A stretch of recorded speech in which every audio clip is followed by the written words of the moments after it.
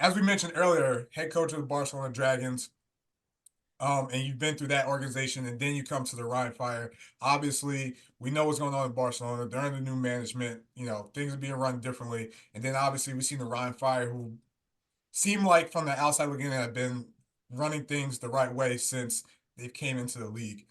In terms of what you've seen from being on both sides of the spectrum, what are some of the keys in terms of organizational success that's going to help this league with sustainability? Yeah, the biggest difference between those two, and um a lot of these teams, it's easy to say any team in on the planet, it's easy to say you want to win, but to do the things that it does take to win, that's a whole different animal, right? You actually have to put in some work to actually win. Okay. So I've been with teams that say they want to win, and I've been with teams that do what it takes to win. And it's a drastically different deal, but it's also resource based, right? If you don't have the resources, like you just in our league, it's club ball, and you've seen it, American college ball is now Euro club ball. There's no difference, right? It's pay for play.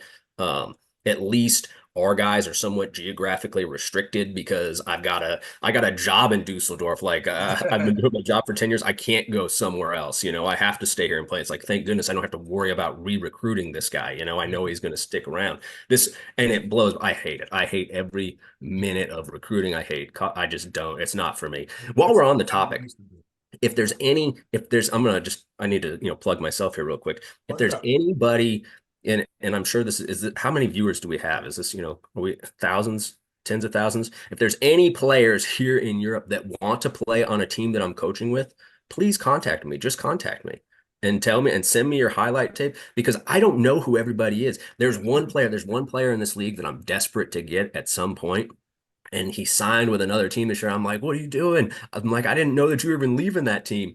And he was like, yeah, coach, you didn't show any interest. And I'm like, I just assumed that everybody lives there. Like, you're not going to another team. Like, I'd love to have this guy on my team. And it didn't work out, obviously. But I was like, please, next time, just contact me. So anybody out there, you want to play Rhine Fire, or if they fire me and I end up with wherever, just send me a message. All right. Uh, and I don't know where I started with all that. I had to get that plug in while it was on my mind. Who were we even talking about? How'd I No, get off on a tangent? I get too many tangents. we were talking Okay. about organizational success, and then you talked about Yes. recruiting. But listen, this is the locker room. If you got something to get off your chest, let it be known.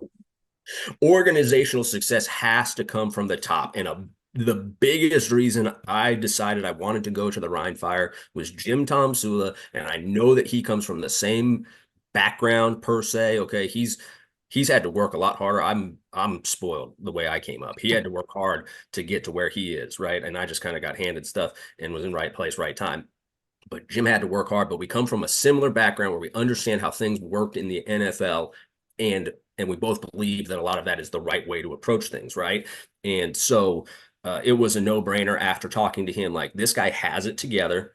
Okay, he's not just saying he wants to win. He's going to do things to improve the team and do what it takes to win. We had played a game there. I'd seen that they had, 7, 8,000 people in the stands. And I was like, hey, they can probably pay me. Like they probably have money. Like That's some that's not a coin. bad option either. I like That's some money. spare money in the chamber.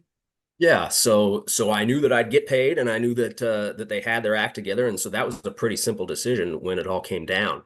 And that's what teams. It's not a complicated formula, right? It's what everybody needs to strive for, and I think that the league has taken steps in that direction. But it's going to boil down to fan interest, right? We have to get fans in the stadiums, Yeah, and definitely. casual fans, like, if they want it to continue to exist, they have to keep showing up. And I would implore those people in Barcelona, the fans in Barcelona who were awesome fans. The only problem is there was only 900 of them that were Yeah, consistently showing up, one of and the that's not one of the most sustainable. fan There's no bases way. and one of the most fun fan bases in the leagues to Oh my watch.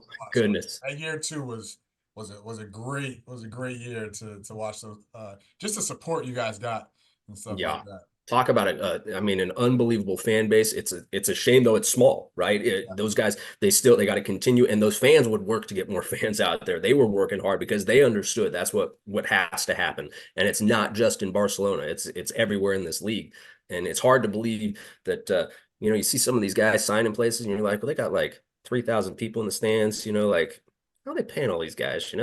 So anyway, see, I digress on that topic, but this to continue with a league like this, because it's not cheap to have a full football team that you're paying, right? Like that's why spring football in America never works, because they're paying these guys a ton of money, and it's Trying just to make like it work, but we'll see. they're We'll just see what happens with the UFL.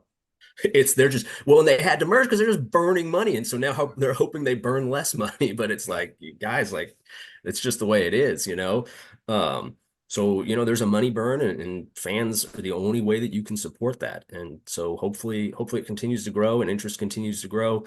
One thing that might help, the Olympics coming up, and now it's a ways away. It's 4 years away, but if the U.S. sends NFL players, I kind of I equate it to the dream team back in '92. Like if the world gets to see their guys from their country competing against the best that the U.S. is sending out there, hopefully that can generate more interest. Now we're a long ways away from that, but you saw the explosion in basketball now here 30 years later, whatever it is, globally, like 30% of the NBA is now like international players. It's something wild like that. And Yeah.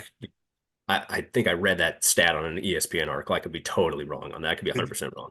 The game But is definitely more global than it's been, for sure. right, and hopefully that continues.